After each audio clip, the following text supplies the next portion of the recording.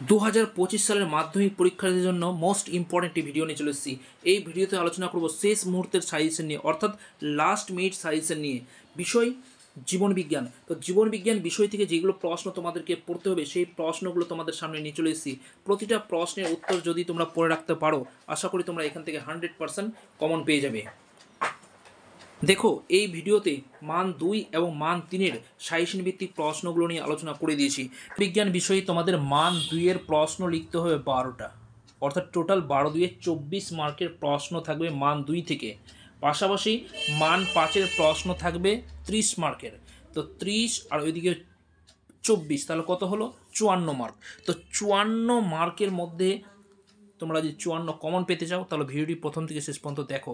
পাশাপাশি তোমাদেরকে জানিয়ে রাখি, এখানে যে মান তোমাদের পরীক্ষায় যে মান 5-এর প্রশ্ন থাকবে সেখানে কিন্তু কী করা থাকবে? 2+3 করা থাকবে, কিংবা 3+2 করা থাকবে। তাহলে এর মানে কি, মান 2 এবং মান 3-এর প্রশ্ন পড়ে রাখতে পারলেই কিন্তু তোমরা প্রত্যেককে পরীক্ষায় মান 2-এরও অ্যান্সার লিখতে পারবে, প্লাস মান 5-এরও অ্যান্সার লিখতে পারবে।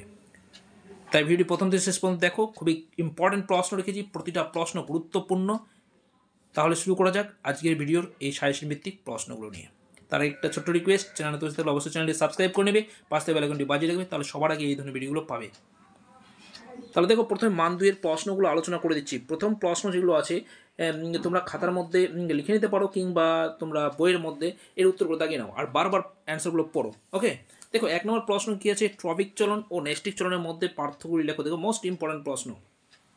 2 নম্বর কী আছে? হরমোন ও স্নায়ুতন্ত্রের কাজের পার্থক্য নিরূপণ করো।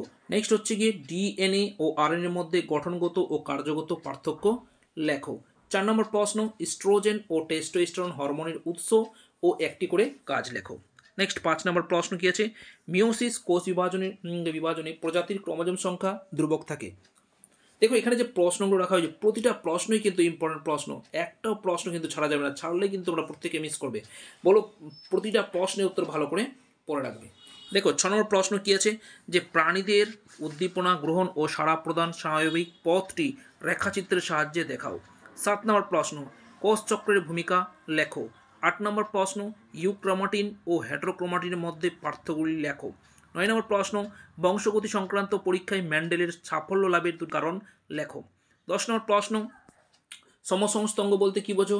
উদাহরণ দাও। 11 নম্বর প্রশ্ন, মৌমাছির ওয়াগল নৃত্যের প্রয়োজনীয়তা আলোচনা করো। 12 নম্বর প্রশ্ন, লবণ সহনের জন্য সুন্দরী গাছের যে কোনো দুটি অভিযোজন বর্ণনা করো। দেখো, যে প্রশ্নগুলো আলোচনা করছি তোমরা তো ভালো করে পড়ে রাখবেই, পাশাপাশি আমি ভৌতবিজ্ঞান বিষয়ের, অঙ্ক বিষয়ের, ইতিহাস, ভূগোল প্রভৃতি বিষয়ের সাজেশনগুলো রেখেছি। তোমরা যদি সেগুলো না দেখে থাকো তাহলে প্লেলিস্টে যাও, ক্লাস মাধ্যমিক সাজেশন নামে একটা প্লেলিস্ট দেওয়া আছে, সেই প্লেলিস্টে ভিডিওগুলো দেওয়া আছে, সেগুলো তোমরা দেখে নাও। আশা করি তোমাদের প্রত্যেকের 2025 সালের মাধ্যমিক পরীক্ষা খুবই ভালো হবে, পাশাপাশি তোমরা প্রত্যেককে 70% প্লাস নাম্বার তোমরা পাবে। দেখো, নেক্সট প্রশ্ন কী আছে? সুন্দরী গাছের শ্বাসমূলের গুরুত্ব কী? 14 নম্বর প্রশ্ন, মরুভূমির পরিবেশে উটের লোহিত রক্তকণিকার অভিযোজনগত দুটি বৈশিষ্ট্য লেখো। 15 প্রশ্ন, হট ডাইলুট স্যুপ কী? 16 নম্বর প্রশ্ন, দেখো, হট স্পট নির্ধারণের দুটি শর্ত লেখো। 17 নম্বর প্রশ্ন, অ্যাসিড বৃষ্টির দুটি ক্ষতিকারক প্রভাব লেখো। 18 নম্বর প্রশ্ন, এসপিএম মানব স্বাস্থ্যের উপর কী কী ধরনের ক্ষতি করে প্রভাব বিস্তার করতে পারে, মানে স্বাস্থ্যের উপর কী কী ক্ষতিকর প্রভাব বিস্তার করতে পারে, এটা সম্পর্কে তোমাদেরকে লিখতে হবে। 19 নম্বর প্রশ্ন, অ্যাসিড বৃষ্টির কারণগুলি লেখো। 20 নম্বর প্রশ্ন, জলাভূমিকে প্রকৃতির বৃক্ষ বলা হয় কেন? 21 নম্বর প্রশ্ন, জাতীয় উদ্যান ও অভয়ারণ্যের মধ্যে পার্থক্যগুলি লেখো।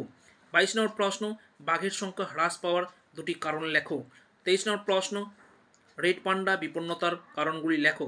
দেখো, এখনও পর্যন্ত তোমরা যদি চ্যানেলটা সাবস্ক্রাইব না করে থাকো তাহলে তো বলবো চ্যানেলটি সাবস্ক্রাইব করে নাও, পাশে বেল আইকনটি বাজিয়ে রাখো, তাহলে সবার আগে এই ধরনের গুরুত্বপূর্ণ ভিডিওগুলো প্রথমেই পাবে। এরপরে দেখো, মান 3-এর প্রশ্নগুলো নিয়ে আলোচনা করে দিচ্ছি, পরপর তোমরা দেখে নাও। দেখো, 1 নম্বর প্রশ্ন কী আছে? উদ্ভিদ ও প্রাণী কোষের সাইটোকাইনেসিসের মধ্যে পার্থক্যগুলি লেখো। 2 নম্বর, অযৌন ও যৌন জননের মধ্যে পার্থক্যগুলি লেখো। 3 নম্বর প্রশ্ন, ক্রোমোজোমের রাসায়নিক গঠন আলোচনা করো।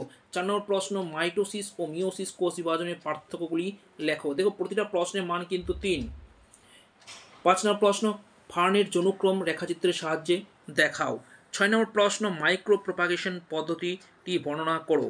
7 নম্বর প্রশ্ন, ম্যান্ডেল দ্বারা নির্বাচিত মটর গাছের 3 জোড়া প্রকট ও প্রচ্ছন্ন গুণ সারণীর সাহায্যে লেখো। 8 নম্বর প্রশ্ন, মেন্ডেলের দ্বিসংকোচনের পরীক্ষাটি একটি চেকার বোর্ডের সাহায্যে উপস্থাপন করো। 9 নম্বর প্রশ্ন দেখো কি আছে, মেন্ডেলের সূত্র দুটি লেখো। দেখো প্রথম সূত্রটা দ্বিতীয় সূত্রটাই তোমাদেরকে পড়ে দিতে হবে। নেক্সট কি আছে, জেনেটিক কাউন্সিলিংয়ের গুরুত্ব লেখো। 11 নম্বর প্রশ্ন, অতিরিক্ত জল সংরক্ষণ সংক্রান্ত অভিযোগগুলি লেখো। 12 নম্বর প্রশ্ন, জৈব অভিব্যক্তি সম্পর্কিত মেরুদণ্ডী প্রাণীদের হৃৎপিণ্ডের গঠনের তুলনামূলক আলোচনা করো। 13 নম্বর প্রশ্ন, ঘোড়ার জীবাশ্ম কীভাবে জৈব বিবর্তনকে সমর্থন করে। 14 নম্বর প্রশ্ন, জীব বৈচিত্র্য সংরক্ষণে JFM বা জয়েন্ট ফরেস্ট ম্যানেজমেন্ট PBR এর ভূমিকা আলোচনা করো। 15 নম্বর প্রশ্ন, উপযুক্ত উদাহরণের সাহায্যে কীভাবে জীব বৈচিত্র্য হ্রাসের কারণগুলি ব্যাখ্যা করো। উদাহরণের সাহায্যে জীব বৈচিত্র্য হ্রাসের কারণগুলি ব্যাখ্যা করতে বলা হয়েছে। 16 নম্বর প্রশ্ন কী আছে, কৃষিক্ষেত্রে ব্যবহৃত কীটনাশক ও রাসায়নিক সার কীভাবে মানুষ সহ অন্যান্য প্রাণীর জীবন ক্ষতিগ্রস্ত করছে আলোচনা করো। তারপর 17 নম্বর প্রশ্ন, একনেত্র ও দ্বিনেত্র দৃষ্টির মধ্যে 3টি পার্থক্য লেখো। তো এই ছিল আজকের ভিডিওর কিছু গুরুত্বপূর্ণ এবং বাছাই করা সাজেশন ভিত্তিক প্রশ্ন। আশা করি তোমরা প্রতিটা প্রশ্নের উত্তর ভালো করে পড়ে রাখবে। বেস্ট অফ লাক, দেখা হচ্ছে পরের ভিডিওতে। ধন্যবাদ।